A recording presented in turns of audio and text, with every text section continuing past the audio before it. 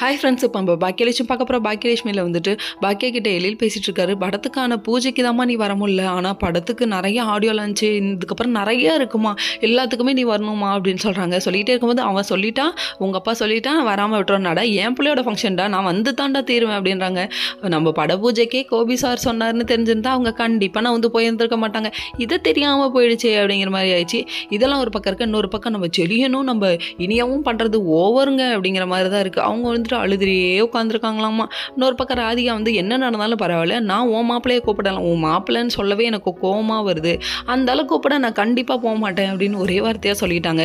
என்னடா இது ஆளாளுக்கு குத்துறாங்களே அப்படிங்கிற மாதிரி ஆயிடுச்சு. இன்னொரு பக்கம் நம்ம கோபி இருக்காரு, அவரை வெளியே கொண்டு வரதுக்காக அவரோட ஃப்ரெண்டு தாங்க அங்கிட்டு இங்கிட்டு திக்கல் ஆடுறாருங்க. சரி வைக்கல கூட்டு வரோன்னு சொல்லிட்டு கிளம்பி போயிட்டாருங்க. நம்ம பாட்டி ஒரு பக்கம் கேஸை வாபஸ் வாங்கன்னு சொல்லிட்டு ரொம்ப ஃபோர்ஸ் பண்ணுறாங்க. ஃபோர்ஸ் பண்ணுறதோட குடும்ப கௌரவம் போதுன்னு சொல்கிறாங்க. எங்கம்மா இருக்குது கௌரவம், உங்களை கொண்டு போய் ஜெயிலில் உட்கார வச்சாரு, அப்போல்லாம் தெரியலையா அப்படிங்கிற மாதிரி ஆயிடுச்சு. சரி பரவாயில்ல விடுங்க, புள்ள பாசம் இழுக்குது போல். நம்ம செலியனும் நம்ம இனியா லட்டும் சாப்பிடவே மாட்டோம், நீங்கள் அப்பாவுக்கு வெளியே எடுத்துகிட்டு வந்தால் தான் நாங்கள் சாப்பிடுவோம், கேஸை வாபஸ் வாங்க அப்படின்ட்டு போராட்டம் பண்ணுறாங்க. வீட்டுக்குள்ளேயே உண்ணாவிரதம். நீ இனியா லட்டுலாம் அழுது கரைஞ்சிட மாட்டுக்கு, அந்த அளவுக்கு இருக்குது. நீ என்ன நடந்தாலும் பரவாயில்ல, ஏது நடந்தாலும் பரவாயில்ல, என்னால் வாபஸ் வாங்கவே முடியாது அப்படின்னு சொல்லிட்டாங்க. அதுக்கப்புறம் நம்ம செலி எப்படியோ அவங்க அப்பா வெளியே கொண்டு வந்துட்டாருங்க. கொண்டு வந்ததுக்கப்புறம் நீ சாதிச்சிட்டடா அப்படின்னு சொல்கிறாரு. அதுக்கப்புறம் வந்துட்டு கோபிக்கு புலம்ப ஆரம்பிச்சிட்டாரு. பைத்தியமாயிட்டானா அப்படிங்கிற ஒரு ரேஞ்சுக்கு போயிடுச்சு. நான் தான்டா இடியட் உண்மையை ஒத்துக்கிட்ட